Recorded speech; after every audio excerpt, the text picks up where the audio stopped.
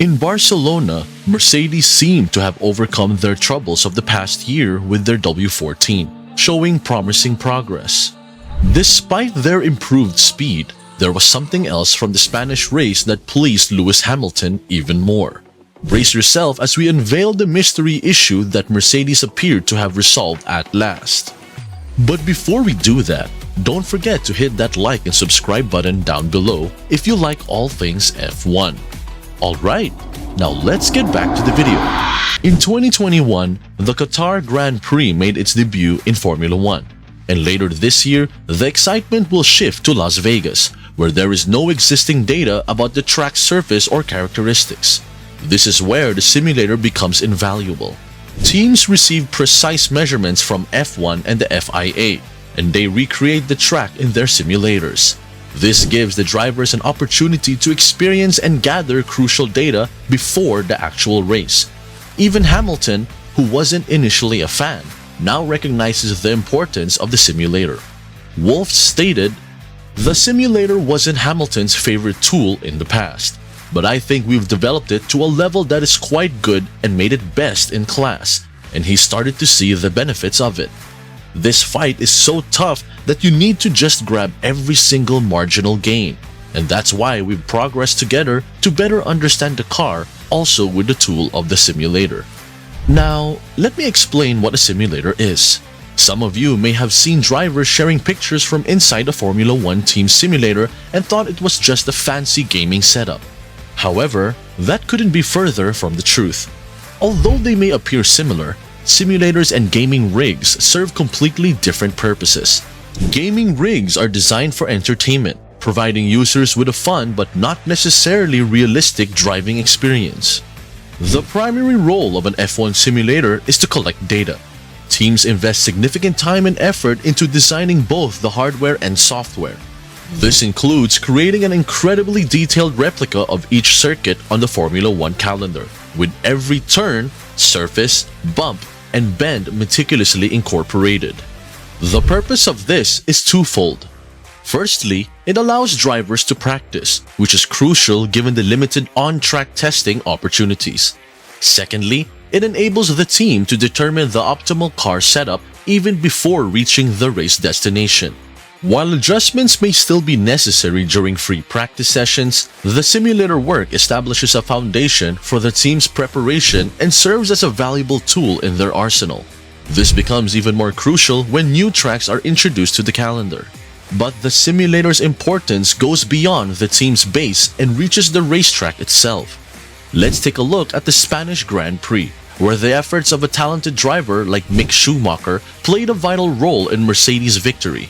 According to Bradley Lord, the communications director of Mercedes, Schumacher dedicated numerous hours to the simulator at the Brackley facility, working late into the night until Saturday morning. Subsequently, he was flown to Barcelona to join the team for the crucial third practice session of the Spanish Grand Prix.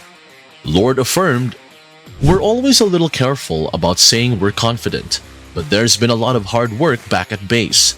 Mick is standing off to my right here, and he's got a few bags under his eyes because he was on the simulator late yesterday. We've made some setup changes that will hopefully improve that one-lap pace, but without compromising the race pace that we saw yesterday in the long runs." The drivers were quick to acknowledge and commend Schumacher's efforts. Hamilton remarked, "Friday was a real struggle with the balance. It was way out of the window." He then added, "It was very hard to drive, very unpredictable. And then we did some great work overnight. We've got a great team, with Mick back in the simulator on Friday night, and he did some great work, which helped us get on the right track on Saturday." Now, let's delve into the scenario when the data from a simulator contradicts the data obtained from the actual track. This can pose a problem known as a correlation issue, indicating that the simulator is not generating accurate results.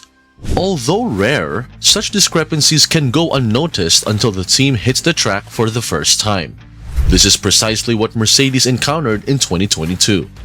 In April of the previous year, Wolff disclosed that the two sets of data could differ by up to a second, which in the world of Formula 1 is a significant gap that could feel like an eternity. However, Despite his initial confidence in finding a quick solution, the problem persisted for Mercedes as they entered April 2023. The Silver Arrows continued to be plagued by this lingering issue. The root cause of such a predicament can only be attributed to something occurring on the track that they are unable to replicate accurately in the factory. In Mercedes' case, it was the unexpected phenomenon of porpoising, an aerodynamic effect that caught them off guard. Consequently, all their expectations for the car fell significantly short. Although the problem was more pronounced in 2022, Mercedes still struggled with data misalignment regarding their car's performance on the track. However, everything changed for them when they arrived in Monaco. With the cancellation of the race in Imola, Mercedes set their sights on Monaco as the opportune moment to introduce their extensively modified car. According to team boss Toto Wolff, this eagerly awaited unveiling couldn't come soon enough. Wolff expressed, "We just needed the early season shock to figure out when to drop our old concept. From then on, we only accelerated with the new development direction." The new direction taken by Mercedes involved several updates, including a revised front suspension, changes to the underbody, and other accompanying components. Although Monaco has historically not been a favorable track for Mercedes, it was in Barcelona where the effectiveness of this new concept would become clearer. The outcome was undeniably successful, with the car displaying impressive speed and outperforming everyone except Max Verstappen.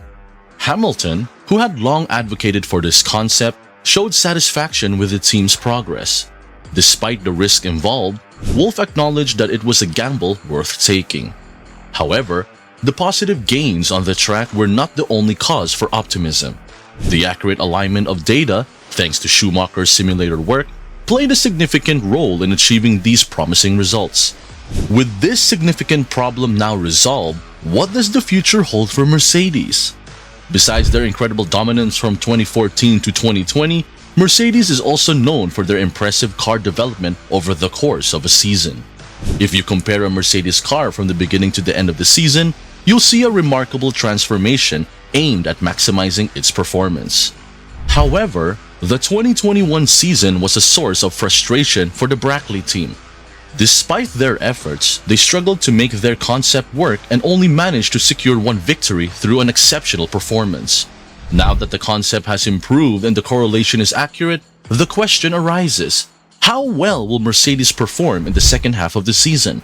The recent upgrade package in Monaco was a significant step forward, but with the right concept and data, the next upgrade is expected to have an even greater impact. The team is targeting the Silverstone race for this next upgrade. Russell hinted at it, stating, "Silverstone we're excited for. I think we'll be in a good place there to fight for a good result. We might have a couple more things coming for Silverstone."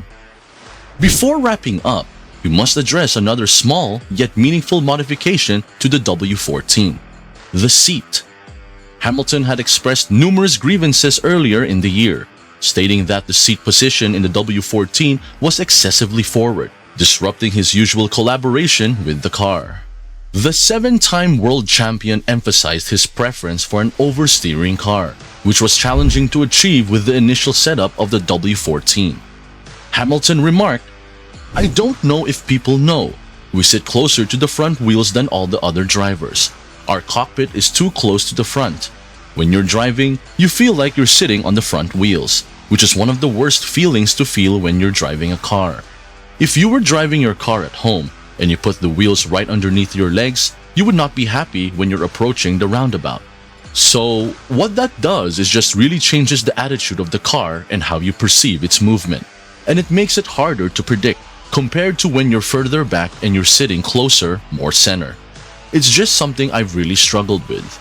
Well, here's some good news for Hamilton.